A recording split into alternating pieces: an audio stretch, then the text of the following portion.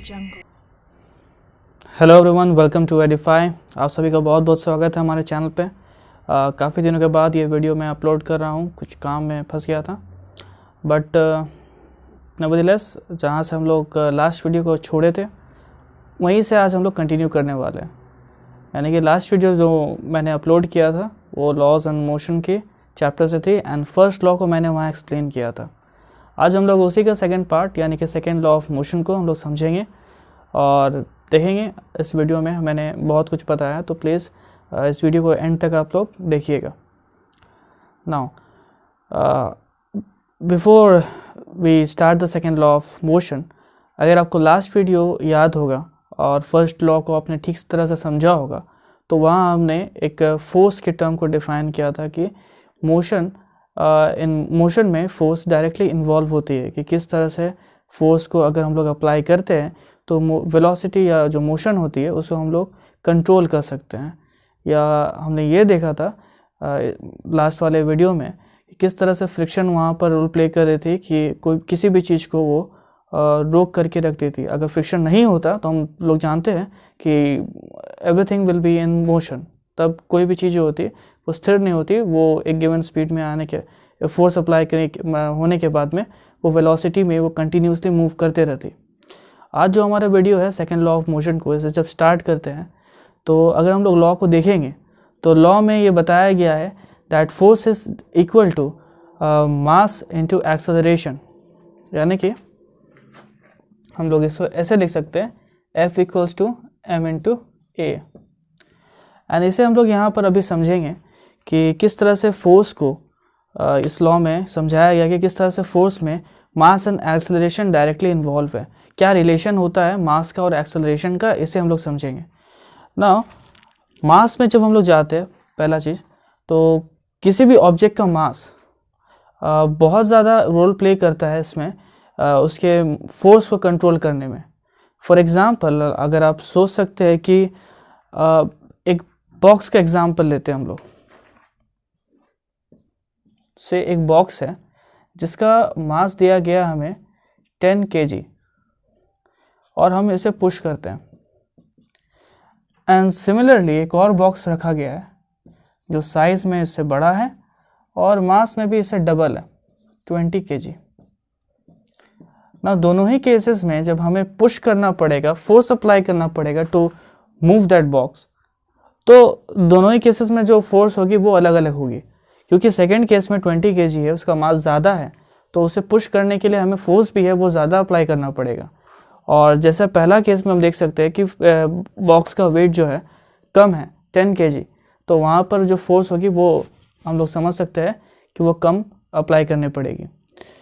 तो इससे हम लोग ये समझ सकते हैं कि यहाँ पर force is directly proportional to mass, यानी कि अगर मास बढ़ती है तो फोर्स भी जो अप्लाई करना पड़ेगा वो हमें कंपैरेटिवली वो ज़्यादा होगा, और जहाँ मास डिक्रीज़ होती है फोर्स भी डिक्रीज़ होगा, यानी कि पहले के मुकाबले में फोर्स अब कम अप्लाई करना पड़ेगा। तो ये तो हो गया मास के बारे में। एक्सेलरेशन में अब हम आते हैं। एक्सेलरेशन किस तरह से कंट्रोल या एक्सेलरेशन किस तरह से फोर्स से रिलेटेड है ये समझते हैं। एक्सेलरेशन होती है जो फोर्सेस के बीच में डिफरेंस आती है, एंड ये टाइम फैक्टर पर डिपेंड करती है। सपोज ये क्या मीन करता है जो मैंने कहा, दो कार्स का एग्जांपल लेते हैं। माफ़ कीजिएगा मेरी ड्राइंग उतनी अच्छी नहीं है। एंड कार 20 मीटर पर सेकेंड की वेलोसिटी 1 में ये मूव कर रही है, एंड कुछ देर के बाद में इसका वेलोसिटी बढ़ करके से 60 मीटर पर सेकेंड हो जाता है।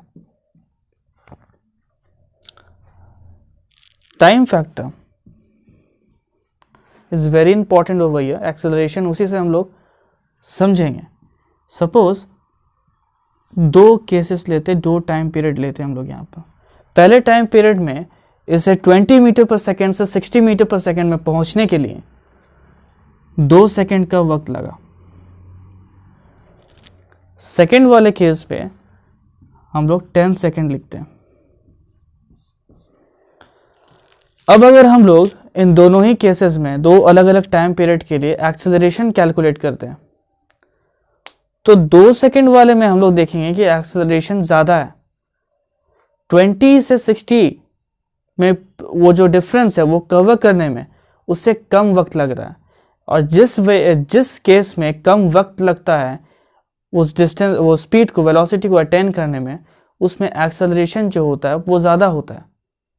कंपैरेटिवली इस वाले में 10 सेकंड में जब हम लोग देखते हैं 10 सेकंड का वक्त लग रहा है, ज़्यादा समय लग रहा है उसे 20 से 60 पहुंचने के लिए, यानी कि उसका जो स्पीड काउंट जो बढ़ रहा है वो स्लो रेट में बढ़ रहा है। एक्सेलरेशन जो है वो उस वाले केस में स्लो है। एक्सेलरेशन कैलकुलेट कर सकते हैं हम लोग, और अभी एक सम हम लोग देखेंगे कैसे होता है, final minus initial velocity by the time factor. So सारा चीज़ जो है यहाँ पर वेलोसिटी एंड टाइम पे डिपेंड करती है। मेन फैक्टर टाइम हम कह सकते हैं यहाँ पर है कि अगर टाइम पीरियड को हम लोग डिक्रीज करते हैं तो हम समझ सकते हैं कि ये व्हीकल को स्पीड अटेन करने में कम, ये जो एक्सेलरेशन है वो ज़्यादा है उसका, और टाइम पीरियड बढ़ाते हैं तो एक्सेलरेशन घटता है। इनवर्स रिलेशन है यहाँ पर उन दोनों का। लेकिन अगर हम फोर्स के साथ में उनका रिलेशन देखेंगे तो अगर हमें एक्सेलरेशन को बढ़ाना है, यानी कि ज़्यादा स्पीड को, ये 20 से 60 के डिफरेंस को कवर करने में अगर हमें कम समय को अप्लाई करना, कम समय लगाना है, तो हमें फोर्स जो है ज़्यादा देनी पड़ेगी। यानी किसी गाड़ी में अगर हम लोग एक्सेलरेट करते हैं, फोर्स जो है इंजन का उसमें ज़्यादा अप्लाई हो रहा होता है, तभी वो कार की जो स्पीड है वो जल्दी कवर करेगी उस डिफरेंस को। एंड सिमिलरली अगर फोर्स हम कम अप्लाई करेंगे, थ्रॉटल जो है वो कम, उस पर पैर हम लोग गैस पे कम पैर रखेंगे, तो जो एक्सेलरेशन है, जो उसकी इंजन पावर है, फोर्स है, वो धीरे धीरे स्लो रेट पे अप्लाई होगी, and that's why the acceleration would be slow. That's what we understand with this example. तो इस तरह से फोर्स एंड एक्सेलरेशन का डायरेक्ट रिलेशन है, मास एंड एक्सेलरेशन का डायरेक्ट रिलेशन है फोर्स के साथ में। एंड यहाँ पर भी हम देख सकते हैं कि एक्सेलरेशन बढ़ने से फोर्स बढ़ेगी, यहाँ पर हम लोग देख सकते हैं कि एक्सेलरेशन अगर हम लोग इंक्रीज करते हैं तो जो फोर्स है वो भी एक्सेलरेशन के केस में उसी तरह से फोर्स भी ज़्यादा अप्लाई होगी, एंड एक्सेलरेशन अगर कम रहेगा तो फोर्स भी जो होगी वो कम अप्लाई करने पड़ेगी। डायरेक्ट रिलेशन यहाँ पर भी हम लोग पाते हैं। नाउ अब इसका प्रैक्टिकल एप्लीकेशन देखेंगे हम लोग, कुछ कॉमन केसेस में जो हम लोग देख सकते हैं, हम लोग डे टू डे लाइफ में अप्लाई तो करते हैं, कभी कभी इसे ऑब्जर्व करना हम लोग नेगलेक्ट करते या फिर हम लोग ज़रूरी नहीं समझते हैं, but second law of motion को समझने के लिए उन एग्जाम्पल्स को स्टडी करना, ऑब्जर्व, समझना बहुत ही ज़्यादा ज़रूरी होता है। तो मैं आपको समझाता हूँ।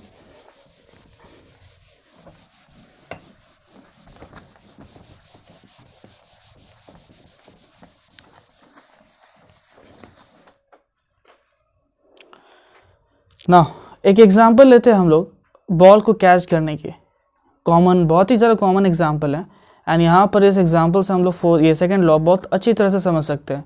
इजी है एंड हम लोग बहुत सारे बुक में भी इसको पाएंगे। क्या है एग्जांपल में कि जब एक प्लेयर बॉल को कैच करता है या जब हम लोग बॉल को कैच करते हैं तो हमारा जो हाथों का हैंड्स का मूवमेंट होता है वो पीछे के डायरेक्शन पे आता है। हम लोग उसे जब बॉल को कैच करते हैं तो हाथ को पीछे की तरफ मूव करते हैं ना। उसका कारण होता है, और ये रीज़न हम लोग सेकेंड लॉ से समझेंगे। कभी भी हम लोग बॉल को ऐसे स्टिफ हैंड से नहीं पकड़ते, यानी कि बिना हाथों का मूवमेंट के बॉल को हम लोग पकड़ने की कोशिश नहीं करते। कारण तो ये एक हो सकता है कि जो इम्पैक्ट होता है, इंटेंसिटी होता है इम्पैक्ट का, वो ज़्यादा रहेगा। अगर हम हाथ को पीछे लेके जाएंगे तो वो जो बॉल का इम्पैक्ट होगा वो हाथों पे सॉफ्ट होगा, वो हम उसमें काफ़ी ज़्यादा अच्छे तरह से ग्रिप कर पाएंगे, एंड ये रीजंस होते हैं। बट सेकेंड लॉ जो अभी हमने देखा, force equals to mass into acceleration, ये कैसे यहाँ पर हम लोग इसको अप्लाई कर सकते हैं। सपोज कीजिए कि जो बॉल ट्रैवल करके आ रही है इसका इनिशियल वेलोसिटी हमारी तरफ 10 मीटर पर सेकेंड है, एंड उसका फाइनल वेलोसिटी, क्योंकि वो बॉल तो रुक जाएगी, वो हम लोग 0 लिखेंगे। एंड टाइम पीरियड जो मैंने पहला केस का जिसमें हम लोग हाथ को पीछे की तरफ मूव कर रहे हैं, उसमें टाइम पीरियड ज़्यादा होगा। रादर जब हम लोग स्टिफ हैंड से उसको कैच करेंगे बॉल को, उस समय जो उसका टाइम पीरियड होगा बॉल का इनिशियल से फाइनल वेलोसिटी तक पहुंचने की, वो बहुत ही कम होगा, may be fraction of a second आने वाला होगा। तो यहाँ पर टाइम पीरियड हम लोग फर्स्ट केस में, जिसमें हम लोग हैंड को पीछे की तरफ मूव कर रहे हैं, वहाँ पर लिखता हूँ मैं 4 सेकेंड्स। नाउ यहाँ पर हम लोग कैलकुलेट करने वाले हैं फोर्स को। Force is equal to mass into acceleration. So for this example हम लोग मास लिखते हैं 2 kg। एक्सेलरेशन हम लोग कैसे कैलकुलेट कर सकते हैं, हमने पहले देखा है उसका फॉर्मूला को, v minus you divided by T. तो ये इसका फॉर्मूला बन जाता है फोर्स को कैलकुलेट करने की। तो हम लोग मास लिखेंगे and v10 minus 0 whole divided by 4। तो ये आ जाएगी एंड 10/2 5 न्यूटन लिखेंगे। जो फोर्स होती है उसकी स्टैंडर्ड यूनिट हम लोग यहाँ पर न्यूटन लिखते हैं।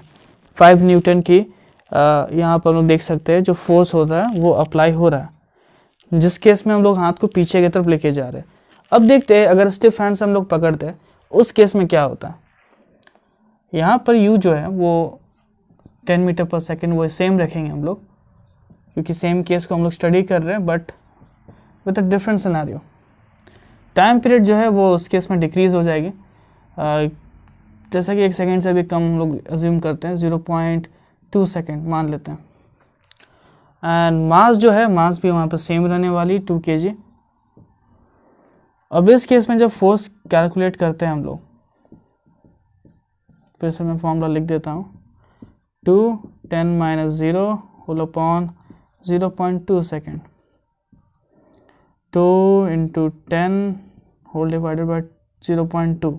डेसिमल शिफ्ट करेंगे तो ये हो जाने वाला है 100/2।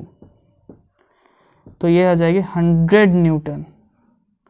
अब इससे आप लोग समझ सकते हैं कि डिफरेंस इन द फोर्स, जब जिस केस में हमने यहाँ पर टाइम पीरियड को कम, यानी कि जो उसका मान सकते हैं जो डी एक्सेलरेशन रेट था वो ज़्यादा हो जाता है। जब समय कम लगेगा, जैसा मैंने आपको पहले समझाया, जब समय हम लोग कम ले रहे हैं एक्सेलरेशन वहाँ ज़्यादा होगा।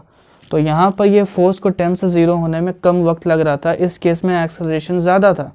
तो यहाँ पर हम लोग देख सकते हैं जो फोर्स अप्लाई करने पड़ रही है, यानी जो हमें फोर्स अप्लाई, जिस फोर्स से उस बॉल को रोकना पड़ेगा, that would be much greater than for the first case. 100 Newton का फोर्स हमें वहाँ पर लगाना पड़ रहा है इस सम के अनुसार। एंड अगर फर्स्ट केस हम लोग देखते हैं जहाँ पर हमने हैंड का मूवमेंट को, यानी कि टाइम पीरियड को बढ़ा दिया था, कैच करने के लिए हम लोग 4 सेकेंड का वक्त हम लोग ले रहे थे हमारा हैंड का मूवमेंट के साथ में, तो उस केस में हम लोग देख सकते हैं जो फोर्स है वो बहुत ही कम लग रहा था, 5 Newton. That's how the second law is involve with this example. I hope आपको ये एग्जाम्पल समझ में आया होगा।